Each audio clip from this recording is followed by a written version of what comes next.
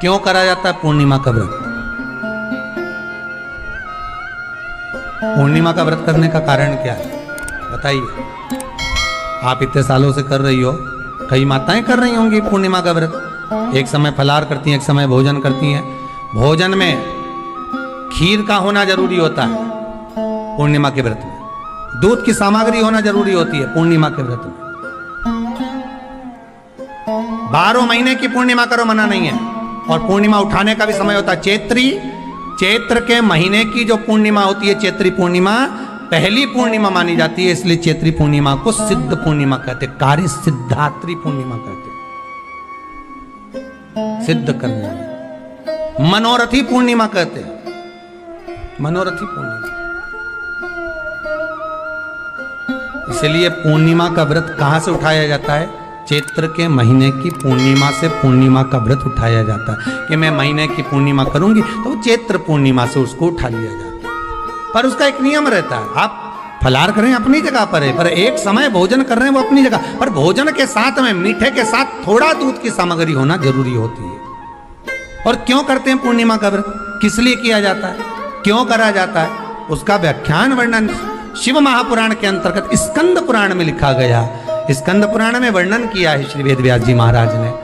कहा ये पूर्णिमा का व्रत इसलिए किया जाता है कि व्यक्ति का जब मन गलत भ्रम में जाने लगता है, मन जब गलत जगह पर जाने लगता है, तो ये मन को गलत जगह पर ले जाने वाला कौन होता है? तो कहा ये चंद्र होता है। व्यक्ति की राशि के अंतर्गत, व्यक्ति की पत्रिका के अंतर्गत, व्यक्ति की ग्रह दशा के अंतर्गत जब चंद्र बेकार चलता है तो व्यक्ति अच्छा करते करते भी बेकार करने लग जाता है। चंद्र डोल रहा है। कई माताएं कहती हैं गुरुजी हमारे बेटे को आशीर्वाद दीजिए, बहुत गलत संगत में जा रहा है। मतलब समझ जाना कि चंद्र गड़बड़ जा रहा है। बेटी अगर गलत मार्ग पर जा रही है, बेटी अगर गलत संगत में जा रही है, किसी अन्य व्यक्ति को आकर्षित हो, चंद्र गड़बड़ हो रहा है, उसका चंद्र कहीं जा रहा है। कोई पुरुष, कोई लड़का, कोई गलत मार्ग पर जा रहा है, चंद्र गड़बड़ हो रहा है।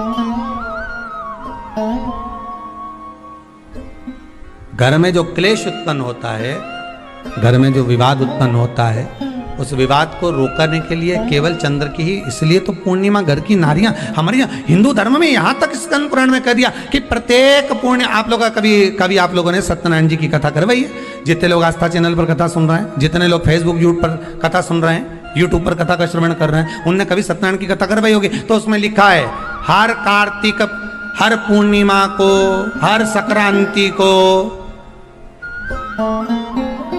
ब्राह्मण सत्यनारायण भगवान की कथा या राजा या वैश्य कथा को कराता था या बढ़िया कथा कराता। सुनी कि नहीं सुनी ये बात? सत्यनारायण भगवान की कथा में लिखा है, स्कंद पुराण के अंतर्गत जो सत्यनारायण भगवान की कथा का स्मरण किया उसमें लिखा है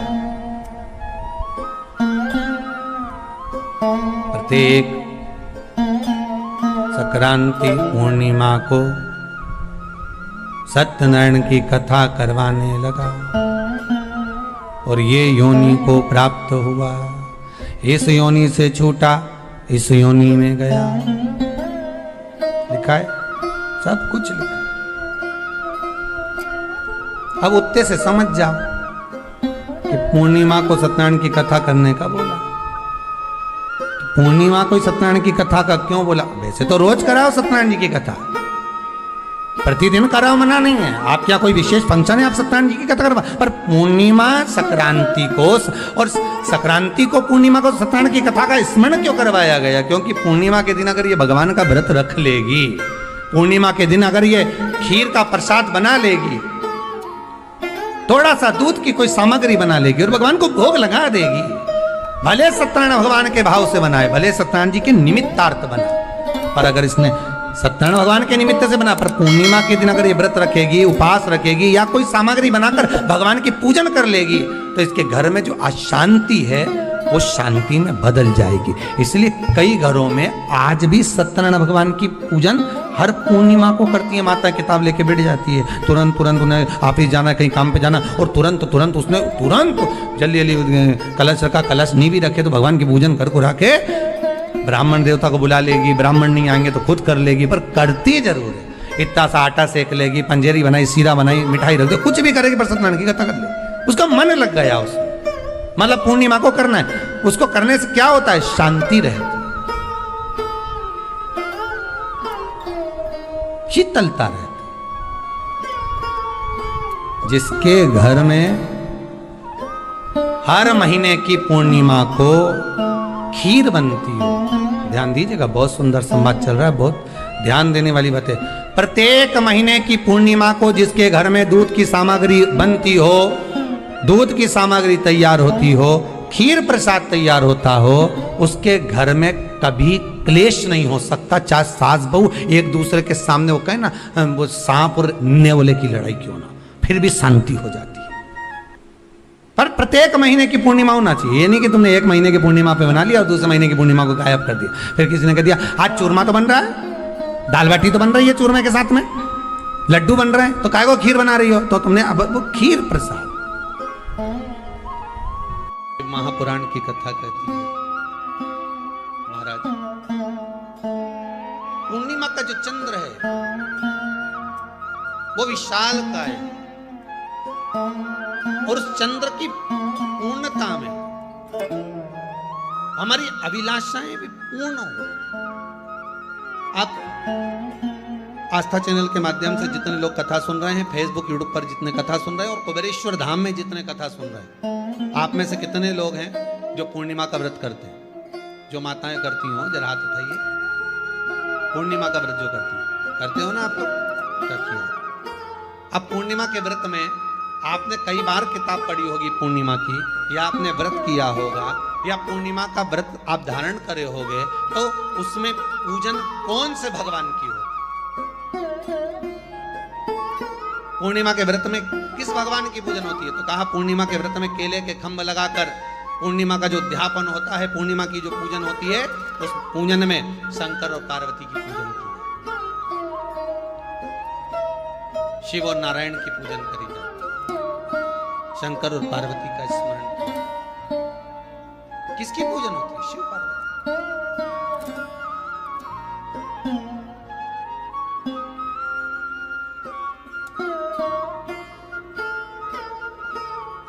क्यों शंकर और पार्वती का पूजन क्यों करा जाता है पूर्णिमा के व्रत में? क्योंकि शिव और माता पार्वती ही केवल एक ऐसे हैं जिन्होंने अपूर्ण लक्ष्मी को भी पूर्ण बना दिया था। किसको पूर्ण बनाया है? लक्ष्मी। शरद पूर्णिमा के दिन अगर आप शंकर भगवान को एक लोटा पानी अगर शिव को समर्पित कर रहे हो, श्वेत पुष्प को रखकर शंकर जी के ऊपर सफेद फूल को चढ़ाकर अगर एक लोटा जल भी, एक पात्र जल भी शंकर को समर्पित कर रहे हो, तो ये लक्ष्मी के लिए ही तो कर रहे हो। और कौन सी लक्ष्मी? पूर्ण लक्ष्मी।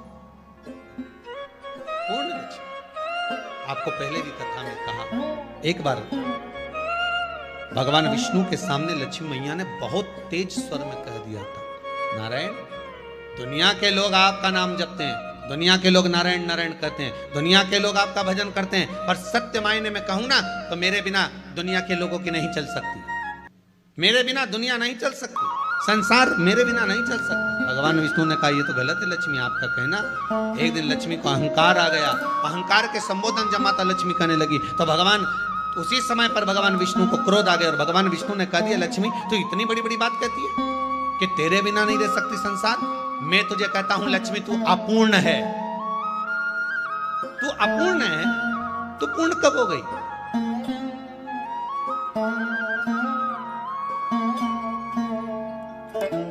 तेरी पूर्णता कहां हो गई? लक्ष्मी की आंख से आंसू बहने लगे, आज आपने मुझे अपूर्ण कहा।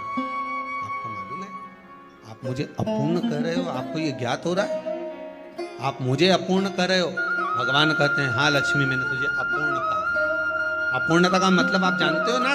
भगवान कहते हैं लक्ष्मी मैं सब जानता हूं। लक्ष्मी रोती हुई माता सरस्वती के पास पहुंच गई। सरस्वती ने पूछा क्या बात है लक्ष्मी, क्यों रो रही हो? लक्ष्मी जी ने कहा क्या बताऊं सखी, मेरे पति ने आज मुझे अपूर्ण कह दिया।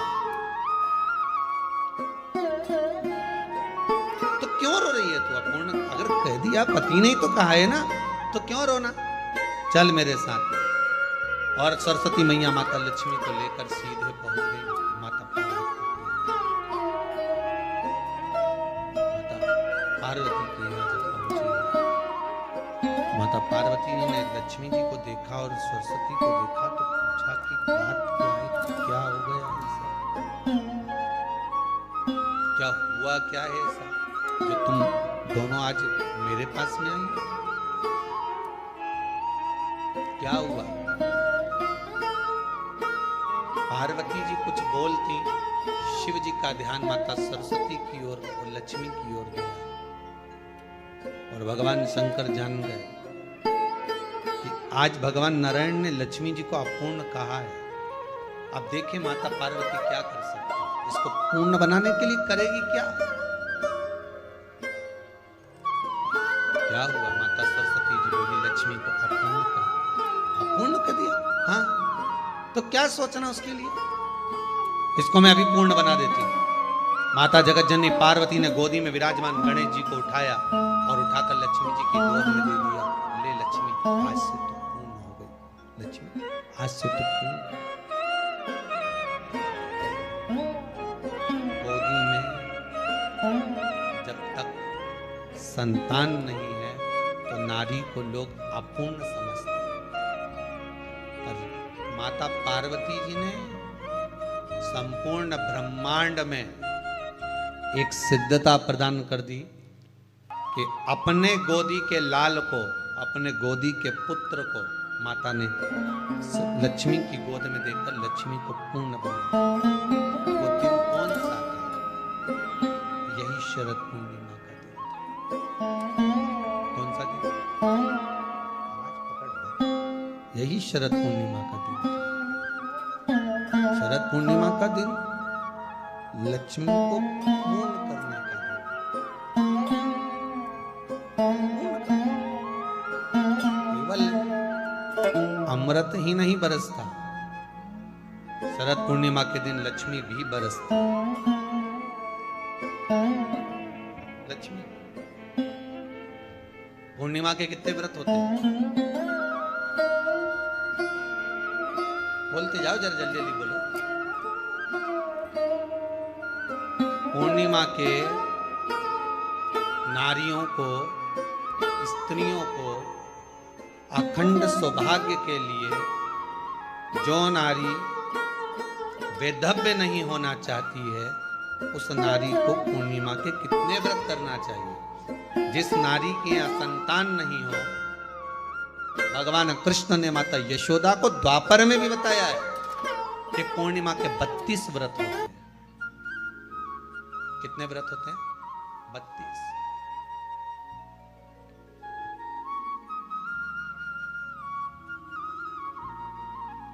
स्वयं भगवान कृष्ण यशोदा रानी को, माता यशोदा जी को भी बता रहे 32 व्रत। अब आपको किसी ने बता दिया होगा कि 8 कर लो, 7 कर लो, 6 कर लो, 12 कर लो, इसलिए आपने बोला कि 12 कर लीजिए, 32 कर लीजिए। अरे यहाँ तो द्वापर की कथा भी कहती है। यशोदा जी ने एक बार भगवान कृष्ण को रोक कर कह दिया, ए कन्हैया रुको। कन्हैया बोले, बोलो माँ क्या बात है।